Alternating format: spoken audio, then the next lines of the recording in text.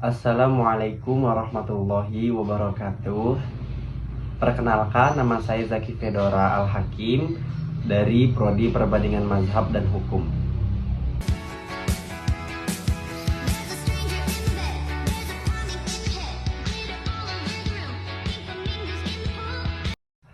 Sebelum kita masuk ke dalam sejarah, alangkah baiknya kita mengenal sedikit apa itu hukum positif yang ada di sini. Hukum positif adalah hukum yang ditulis, diterapkan, dan ditetapkan, kemudian dibentuk oleh lembaga peradilan atau pemerintahan yang hidup di dalam suatu instansi atau hidup di dalam negara tersebut. Kemudian proses hukum positivisme ini berdiri di Indonesia itu melewatkan 4 tahap. Yang pertama ada masa pra-penjajahan, yang kedua ada masa penjajahan Belanda, yang ketiga ada masa penjajahan Jepang, dan yang terakhir adalah masa kemerdekaan. Nah, disinilah baru masuknya hukum positivisme setelah kita telah mendapatkan masa kemerdekaan pada tahun 1945. Nah, setelah masa kemerdekaan, Indonesia juga dibagi menjadi tiga periode. Yang pertama ada Orde Lama, yang kedua Orde Baru, dan yang ketiga adalah masa reformasi. Oke, kita masuk ke Orde Lama. Orde Lama, pada saat awal Indonesia merdeka pada tahun 1945, pemerintahan yang dipakai oleh Indonesia itu berdasarkan dengan Undang-Undang Dasar 1945, yang dimana salah satu isi dari Undang-Undang 1943 itu adalah Indonesia adalah negara atas hukum, yang kedua sistem konstitusional, dan yang ketiga lembaga paling tinggi dipegang oleh Majelis Permusyawaratan Rakyat atau yang kita kenal sebagai MPR.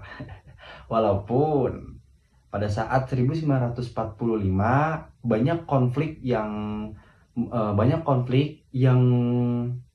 membuat Undang-Undang Dasar 1945 ini tidak begitu efektif dan tidak terlalu konkret. Bahwasanya banyak sekali faktor yang terus mengguncang Indonesia atau Undang-Undang Dasar ini jadi semakin tidak efektif. Salah satunya adalah Belanda ingin menjajah kembali Indonesia.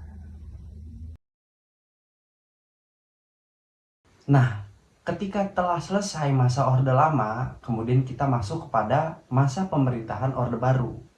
Banyak tindakan koreksional yang dilakukan di masa Orde Baru ini ketika pelaksanaan Undang-Undang Dasar 1945 di masa Orde Lama ini. Tindakan yang paling relevan dan yang paling bagus ketika masa Orde Baru ini adalah menetapkan MPRS nomor 20 tahun 1966 sebagai salah satu hukum politik dan acuan bagi pemerintahan Indonesia. Dalam ketetapan MPRS pula telah disusun dengan struktural dan komprehensif, bahwasanya di dalam ketetapan MPRS itu menjadikan Pancasila menjadi salah satu sumber tertib tata hukum di Indonesia. Dan isi dari MPRS pula mungkin banyak ya.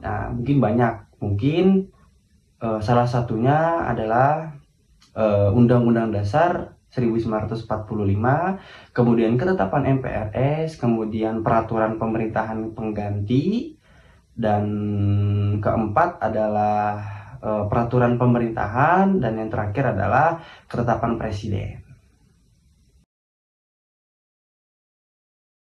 Nah, kemudian masuk kepada masa reformasi. Ternyata banyak sekali tindakan koreksional dan tidak bosan-bosannya kita untuk melakukan koreksi terhadap masa Orde Baru. Ternyata banyak pelanggaran-pelanggaran yang menyimpang dari konstitusi Undang-Undang Dasar 1945. Di era ini, di era reformasi ini, tata hukum Indonesia itu banyak sekali ragam dan banyak sekali perubahan. Karena hal ini dipengaruhi oleh kebutuhan rakyat Indonesia akan adanya kompleksitas persoalan dan target kerja DPR untuk menghidupkan kembali fungsi legislasi.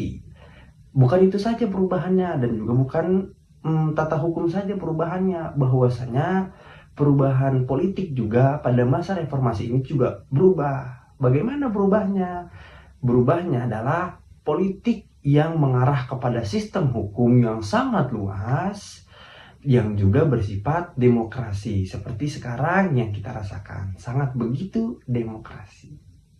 Oke, cukup sekian dari saya pemaparan yang sangat singkat ini. Mohon maaf jika banyak kesalahan-kesalahan kata, itu pasti sudah banget dari saya. Jika apabila benar, itu datang dari Allah Subhanahu wa Ta'ala. Jangan lupa untuk selalu pencet tombol subscribe, like, and comment. Banyak pertanyaan, banyak juga kita untuk sharing-sharing. Oke, bye-bye.